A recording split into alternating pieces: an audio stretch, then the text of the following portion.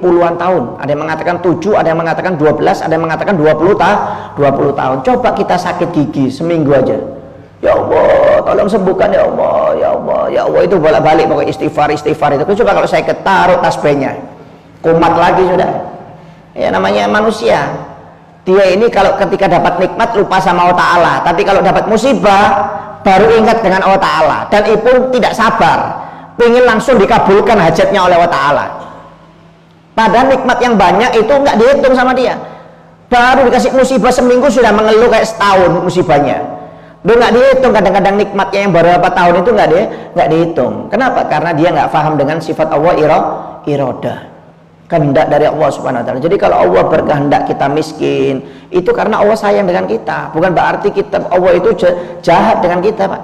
Kita dikasih penyakit oleh Allah Ta'ala, ya, yang sabar diterima. Kenapa? Itu kehendak dari Allah Subhanahu wa Ta'ala. Kenapa? Supaya kita ini lebih dekat dengan Allah Subhanahu wa Ta'ala.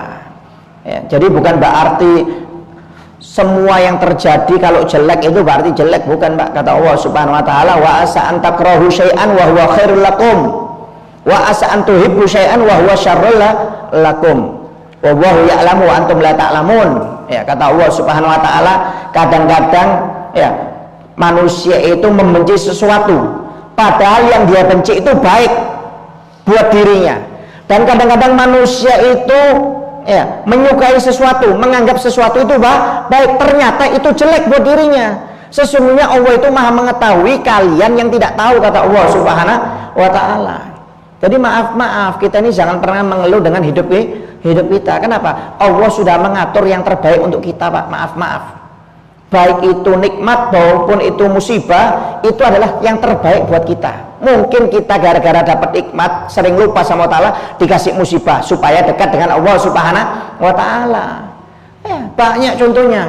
Kadang-kadang kita menyangka bahwa sesuatu yang baik menurut kita, kadang-kadang itu bisa jelek, Pak.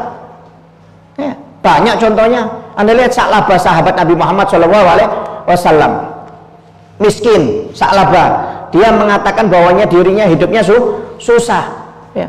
Minta kaya kepada Nabi Muhammad SAW, minta doa supaya didoakan kaya kepada Allah Subhanahu wa Ta'ala. Apa jawab Nabi? Wa Sa'labah qalilun yakfik min katsir yutik. Wa Sa'labah, kamu sekarang miskin, nggak punya apa-apa, itu lebih baik daripada kamu. Besoknya datang lagi kepada Nabi Muhammad, ya Rasulullah, doakan saya kaya, saya nggak tahan dengan kemiskinan. Saya ingin bantu saudara-saudara saya yang lainnya, ya Rasulullah, mereka miskin, kasihan, saya ingin bantu mereka juga. Dijawab sama oleh Nabi Muhammad, qalilan yakfik min katsir yutik wa Sa'labah, kamu miskin sekarang, ahli ibadah, sering hadir pengajian, sholat di belakangku, ikut pengajianku, dakwaku, jihad, itu lebih afdal daripada kamu nanti kaya, belum tentu bisa seperti ini, kata Nabi Muhammad. Belum tentu bisa bersyukur. Besoknya datang lagi minta kaya lagi, nggak tahan juga Sa'labah. Dikira kekayaan itu adalah sesuatu yang terbaik. Ya. Akhirnya didoakan oleh Nabi Muhammad, Allahumma barik fi mali Sa'labah, ya Allah berikan keberkahan dalam hartanya Sa'labah. Sa'labah itu punya seekor hewan ternak. Ya, biasanya hewan ternak itu maaf kalau hamil, umpamanya kambing itu berapa bulan ya? 6 bulan. Ya, kambing 6 bulan. Ini tiap 3 bulan keluarnya nanti 2, 3. Jadi berkat doa Nabi, tambah banyak ternaknya. Yang biasanya sholat 5 waktu, akhirnya subuh dengan isya saja sholatnya. Zuhur, asar, maghrib hilang. Ngurus apa? Ngurus kambing. Tambah banyak. 5 waktu absen, nggak pernah di belakang Nabi, nggak pernah hadir pengajian Nabi. Cuma Jumatan saja Sa'labah hadir seminggu sekali. Tambah banyak sampai satu gunung hewan ternaknya nggak pernah Jumatan, Pak. Sampai Nabi tanya, mana Sa'labah ini? Biasanya sholat di belakangku, hadir pengajianku, kok nggak pernah hadir? Ngurusi kambingnya Rasulullah, ngurusi ternaknya. Celaka Sa'labah, kata Nabi Muhammad SAW. Padahal dulu kalau dia miskin istiqomah loh, di belakang Nabi, hadir pengajian Nabi. Ketika kaya tambah jauh, dikira kekayaan itu baik. Akhirnya ketika turun ayat untuk mengeluarkan zakat, didatangi itu Sa'labah nggak mau mengeluarkan zakat. Akhirnya turun ayat dari Allah Subhanahu wa taala tentang pengharaman penerimaan zakat dari Sa'labah. Dulu ada orang yang berjanji kepada aku, kata Allah Subhanahu wa taala, kalau diberi kekayaan akan membantu saudaranya. Ketika aku beri itu ternyata dia berpaling dari niatnya. Maksudnya Sa'labah. Wah, kebakaran jenggot Sa'labah datang bawa berapa puluh ekor kambingnya, nggak diterima oleh Nabi Muhammad SAW. Aku sudah diharamkan oleh Allah untuk menerima zakatmu. Coba dia sabar Pak kalau miskin, hadir pengajian. Loh banyak Pak, maaf contoh banyak. Saya punya kawan dulu kalau susah, sekarang sudah kaya nggak pernah hadir pengajian. Naik jabatan nggak pernah hadir pengajian. Saya hafal orangnya kok. Ya. Loh hati-hati. Jangan sampai kita ini menyangka sesuatu yang baik, jabatan, harta itu membuat kita lebih mulia. Belum tentu, kadang-kadang tambah jauh kepada Allah Subhanahu wa taala. Hati-hati. Syukuri, artinya apa? Syukuri apa yang kita rasakan sekarang ini, syukuri, nggak usah terlalu berlebihan sudah. Ini nikmat dari Allah taala. Baik rezeki sedikit banyak, ya kita susah nggak susah, kita sehat sakit, syukuri. Ya, kalau kita syukur berarti menerima sifat Allah Subhanahu wa taala iradah. Kenapa? Apa yang terjadi kepada kita itu adalah kehendak dari Allah Subhanahu wa taala. Jadi kadang-kadang Pak, yang kita pikir, kita kan mikirnya selalu minta dikabulkan, minta yang terbaik buat pikiran kita, padahal Allah memiliki rahasia yang lebih baik daripada pikiran kita. Sampai pernah dikisahkan ada seorang perempuan Pak, tua. Dia tua, gemuk. Duduk di pinggir jalan trotoar itu ada tempat duduk di sana dia sambil makan. Subhanallah, ketika mau minum perempuan ini botolnya jatuh, botol minumannya. Dia mau berdiri susah karena dia gemuk dan tua.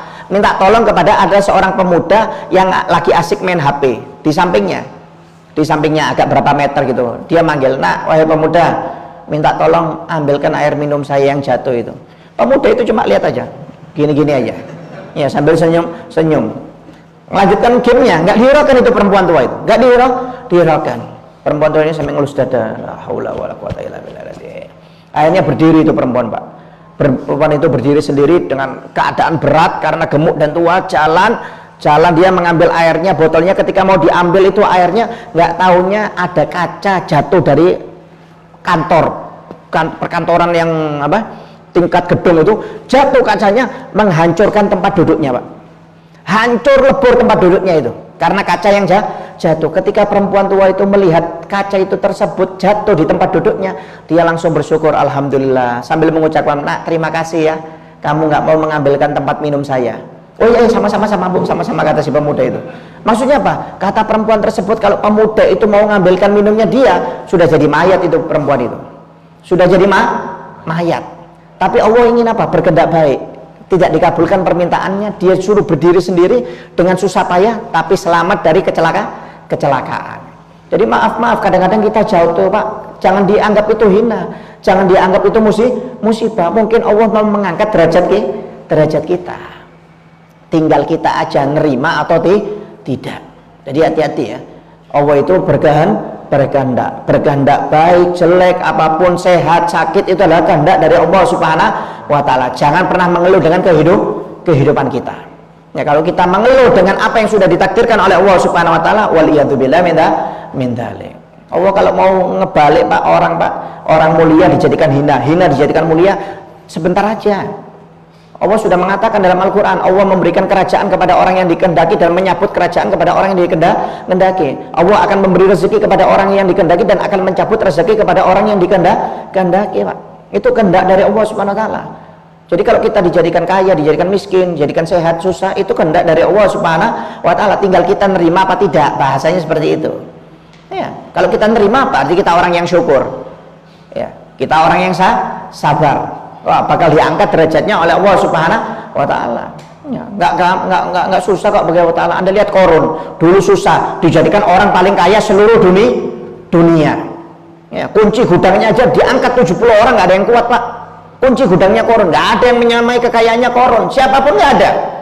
Ya, ada yang mengatakan Nabi Sulaiman, sebagian ulama mengatakan Nabi Sulaiman pun kalah dengan kayanya Korun. Jadi mulai zaman Nabi Adam sampai hari kiamat, orang terkaya di dunia itu Korun. Makanya Anda kalau gali harta namanya apa?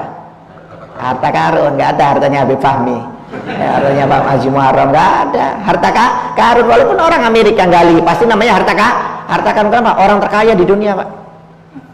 Saya aja lihat di kekayaan bos pemilik Manchester City itu, Syekh Mansur, 4.000 triliun Pak uangnya. Saya bingung loh, 4.000 triliun ini model apa uangnya nih? Kalau dibuat beli kerupuk tertutup bro ini mungkin dengan kerupuk ini. 4.000 triliun Pak, utangnya Indonesia bisa lunas itu. Bayangkan 4.000 triliun. Bisa Anda bayangkan, ini kalau dibuat foya-foya 7 turunan mungkin nggak habis ini. Nggak pakai kerja ini, kalau dibuat foya-foya aja. 4.000 triliun uangnya kok. Bayangkan. Itu Syekh Mansur itu. Kekayaannya Syekh Mansur, bosnya Manchester City. 4.000 triliun. Loh itu dengan korun Pak, dengan uangnya korun itu belum 0,00000 sekiannya. Nggak ada apa-apanya. Jadi kita nggak usah sombong, saya punya tanah 10 hektar, baru 10 hektar aja sombong. Saya punya rumah, mobil banyak, baru punya mobil. Jadi kalau Anda kaya seperti saya Mansur, sombong masih masuk akal. Ini tanah sedikit, baru berapa hektar, mobil sedikit, sudah mau menyombongkan diri. Loh korun itu dulu miskin, orang paling miskin, pemberian tetangganya saja makannya Pak, dijadikan orang paling kaya di dunia. Tapi Allah dibalik lagi, dihancurkan hidupnya oleh Allah Subhanahu wa Ta'ala. Allah kalau mau balik gampang, Anda bisa dijadikan kaya, tapi belum tentu kalau Anda kaya Anda bisa dekat dengan Allah Ta'ala. Takutnya seperti Salabah, takutnya seperti korun. Ya. Kurang berapa menit? 3 menit. Ya. Saya kasih contoh yang lain Pak. Ya. Dodi Al-Fayed. Ya. Pernah dengar Dodi Al-Fayed? Ya, yang yang menikah dengan Lady Diana. Ya, kalau kata orang selingkuh. Kalau dalam yang lainnya ada yang mengatakan Lady Diana itu masuk muslim, kawin dengan Dodi Al-Fayed. Ya, sampai dalam kecelakaan itu saksi bisunya, ajudannya Dodi Al-Fayed itu nggak meninggal, tapi lidahnya terpotong untuk tidak mengekspos keluar ke media. Dodi Al-Fayed itu Pak, maaf, dulu bukan pengusaha, tukang sapu Pak, maaf, Dodi Al-Fayed itu tukang sapu di Inggris, sampai dia pernah melihat hotel di London, hotel bintang 7, hotel yang paling mahal termewah. Di Indonesia aja nggak ada bintang 7. Kalau bintang 7 di Indonesia puyer itu, obat sakit kepala itu. Kalau di Indonesia ini bintang 5. Ini hotel bintang 7, hotel yang paling mewah di London. Sambil nyapu Dodi Al-Fayed ini mengatakan suatu saat ini hotel akan saya beli. Kata teman-temannya tertawa, kamu gila, rumah apartemen aja nggak punya, masih nyewa, kok menghayal mau beli hotel. Subhanallah, dibalik Pak oleh Allah Ta'ala. Dibalik, dijadikan orang terkaya di Inggris, 10 besar orang terkaya di Inggris. Hotel yang dibilang mau dibeli bisa dibeli oleh Dodi Al-Fayed. Bisa Anda bayangkan, tukang sapu loh Pak, dibalik oleh Allah Subhanahu wa Ta'ala menjadi orang terkaya di Inggris. 10 orang terkaya di Inggris, 10 besar, masuk 10 besar. Gak ada yang mustahil bagi Allah Ta'ala, gak ada yang mustahil. Cuma kita ini tinggal nerima apa tidak keadaan kita yang sudah ditakdir oleh Allah Subhanahu wa Ta'ala. Makanya kalau kita nerima berarti kita orang yang syukur kepada Allah Subhanahu wa Ta'ala. Kita dikasih sehat, dikasih sakit, ya, dikasih cobaan, dikasih musibah, dikasih uang, dikasih macet kadang-kadang rezekinya, apalagi musim corona gini.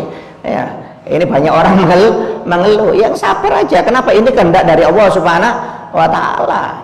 Ya, kehendak dari Allah Subhanahu wa Ta'ala. Kalau kita sabar, kita syukur, insya Allah akan diangkat derajatnya oleh Allah Subhanahu wa Ta'ala. Jadi Allah itu maha berkehendak. Artinya juga jangan sampai pernah kita mengeluh dengan Allah Ta'ala, karena sesuatu semua yang terjadi kepada kita itulah kehendak dari Allah. Kalau nggak sabar, nggak terima, berarti kita tidak terima dengan sifat Allah iradah, berarti artinya kufur, waliyadzubillah min dzalik. Ya, mudah-mudahan kita dikasih hidayah, taufik oleh Allah Subhanahu wa Ta'ala untuk bisa menerima apa yang sudah ditakdirkan oleh Allah Subhanahu wa Ta'ala, dan mudah-mudahan Allah menakdirkan kita menjadi yang terbaik dunia dan akhirat. Amin ya rabbal alamin. Yang bisa sedikit yang bisa sampaikan, apa-apa yang benar itu dari Allah Subhanahu wa Ta'ala, yang salah itu dari pribadi saya sendiri. Wabillahi taufiq wal hidayah wal inayah. Wassalamualaikum warahmatullahi wabarakatuh.